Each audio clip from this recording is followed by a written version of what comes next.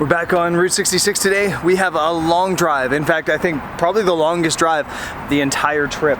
We're cruising all the way to Flagstaff, and I think we're gonna stop somewhere here in Albuquerque to check out maybe Old Town, and then there's National Park on the way, and just tons to see. So a long drive, lots to see, better hit the road.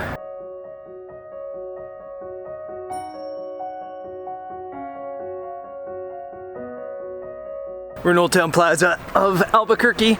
I feel like Albuquerque has so much potential to be a cool destination, and they're trying really hard. There's lots of gift shops, lots of quirky stuff, and maybe they're suffering a little bit from the fact that Santa Fe is so close and does everything they do here just a little bit better. But yeah, Albuquerque's cool, and maybe actually, I didn't think I would ever say this, but maybe the type of place I'd like to come back and spend some more time at, especially going hiking in those hills like yesterday and exploring a little bit.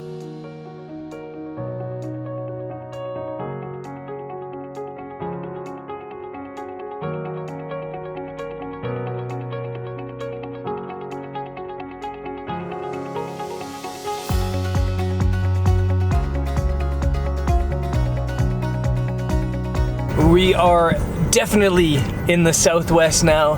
This trip's just been crazy. Matt was just commenting on how quick the landscape's changed. It's been 9 days, but we've gone through like prairies, we've gone through cities, we've gone through forests, we've gone through swamp, and now we're in like the classic Southwest. How does it feel to be here? Feels great. I don't remember the swamps, but no, this is amazing. It's like living in a Cars world. Matt slept through the swamps. I did. Sorry. But yeah, this is phenomenal. Absolutely beautiful, and the drive continues.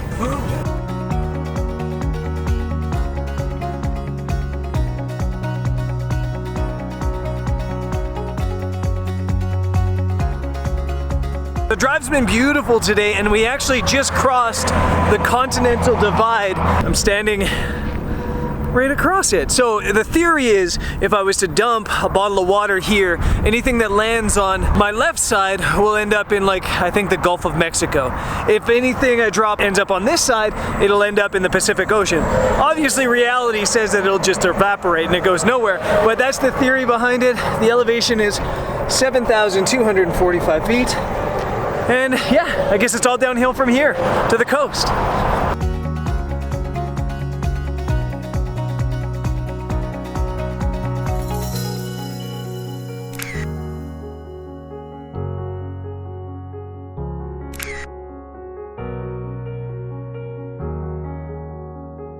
I'm not sure if this is Arizona or still New Mexico, but officially the border's somewhere right here. So I'm gonna just go ahead and say that we're in Arizona, and there's something gigantic.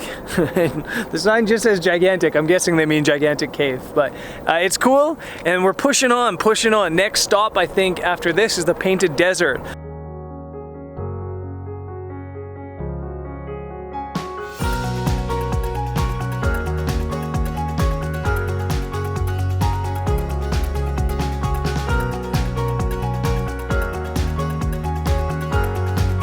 Made it to Painted Desert. We're in Petrified Forest National Park, and this is one of those parks, and there's a couple of them in the States that are just beautiful and would make fantastic photo locations, but they close at 5 p.m. well before sunset, so no photography happening here, but I am going to show you some of the views as we cruise along. We're doing the northern loop through the Painted Desert, and then we're going to drive down and check out a place called Blue Mesa, so some B-roll coming up.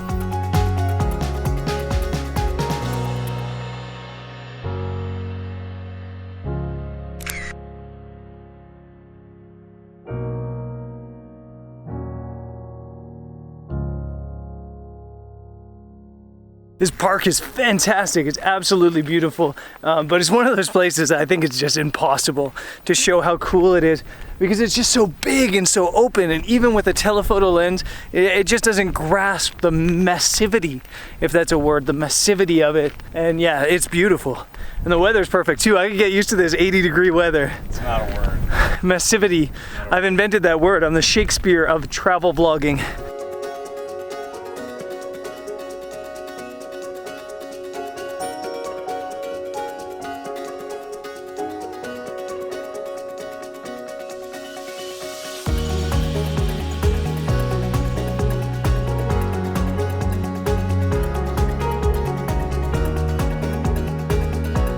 Okay, I'm impressed. This was really beautiful. Kind of reminded me a little bit of the Badlands in Canada. A little bit different, but quite similar to like Dinosaur Provincial Park in Alberta.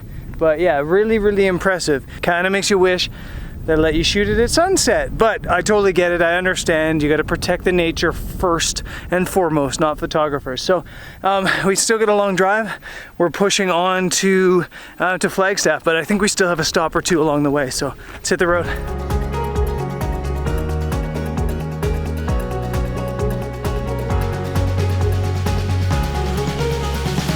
We're just making another stop on the way to Flagstaff. We're at the Wigwam Motel. Matt told me that at one point there was actually 7 of these Wigwam Motels, these motels with these teepees all over the place, and this was the last one left in operation. This is cool. I'm gonna show you around a little bit. There's all these old trucks and cars, and yeah, it's a cool little stop.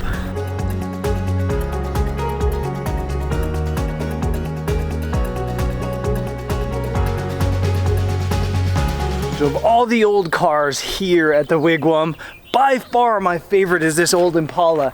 I just love the windshield, how it curves around like that.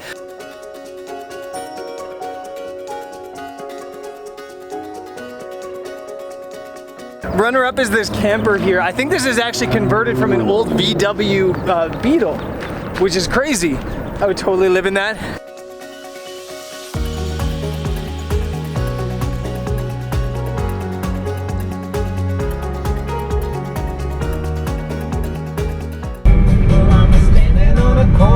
Winslow, Arizona. So I am standing on a corner in Winslow, Arizona.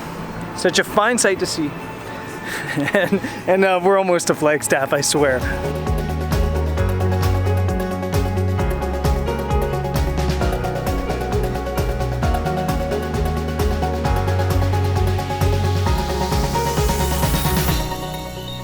Today was a long day driving, but we're at the Spring Hill Suites by Marriott here in Flagstaff, and it's nice. It's funny, I was telling Matt this earlier, the Ritz-Carlton was beautiful, La Posada in Santa Fe was beautiful, they're all amazing properties, but as a digital nomad, somebody that lives and works on the road, I really like these suites that places like Spring Hill by Marriott, and the other place we stayed at, I think it was a Town Place, but all the suites, I like them, because they kind of feel like my own little apartment, and I have my own desk and my own sitting area, and yeah, I like it. So I mentioned that I was going to take you through my vlog workflow. I've done a video on my photography workflow, and it's very similar, but I thought maybe I'd sit you guys down and we talk about the vlog and how it all goes down. So my laptop's open. My laptop might be the dirtiest laptop in the world. It's just because I use it so much. It also might be the most abused laptop in history, as you can see by the trackpad being popped up. I actually don't know how that happened. I opened my laptop one day and it popped up like that. I've had this Dell XPS 15 for, I guess, over 2 years now, and I love it. I've absolutely loved this laptop. I couldn't live without it. And the good news is that I actually get another one. I have the brand new one coming out, which is just out actually. I have it coming, it's waiting for me in LA when I get there, and I'm stoked because it's faster, it's 2-in-1, flips over, and yeah, it's gonna be awesome. So anyways, to the workflow. I shoot this vlog on 3, sometimes 4, sometimes 5 cameras. So it's always a bit of a mission getting them all onto the computer. I don't have it here, but I have a card reader that's multi-use. So it'll take my CF cards from my DSLR, it'll take the SD cards from the vlogging camera, it'll take the micro SD cards from the GoPros and the drone and stuff like that. And basically every day when I get into my hotel, I dump files. I don't wait 3 or 4 or 5 days because I want to make sure that I have them. So every day it's like become routine. When I get into a hotel at the end of the day, that's what I do. And the way I do it is I dump all the files into 2 places. So the first is onto this hard drive. This is just a regular hard drive. I don't even know who it's by. G Drive, by G. I guess G-Tech or something like that. This is a 4 terabyte hard drive, and the only thing that this hard drive does is holds the files. It's basically my backup, and I dump all the files on there, and then basically once it becomes full, I'll start deleting old files from it. The important thing though is that the files go onto my SSDs. This is the old SanDisk SSD. This is the brand new one. I'm gonna flip you around. This is the brand new one. I mentioned this in the Ritz-Carlton, I guess, in wherever we were, in St. Louis, which is interesting because that's a vlog I'm editing right now. Anyways, this is the new one, and if you are a photographer or a vlogger and you're not editing off of an SSD, you're probably filling up way too much space on your laptop, and it's probably slowing you down. So these SSDs are so vital.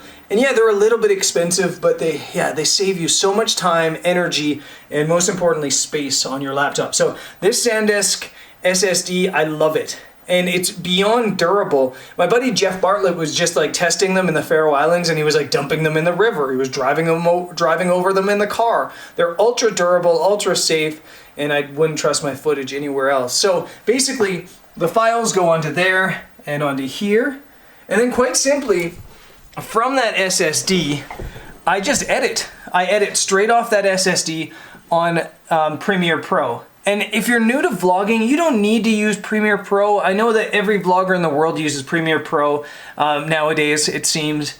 But you can do it on Premiere Elements as well. You don't need the high power to get by. You really don't.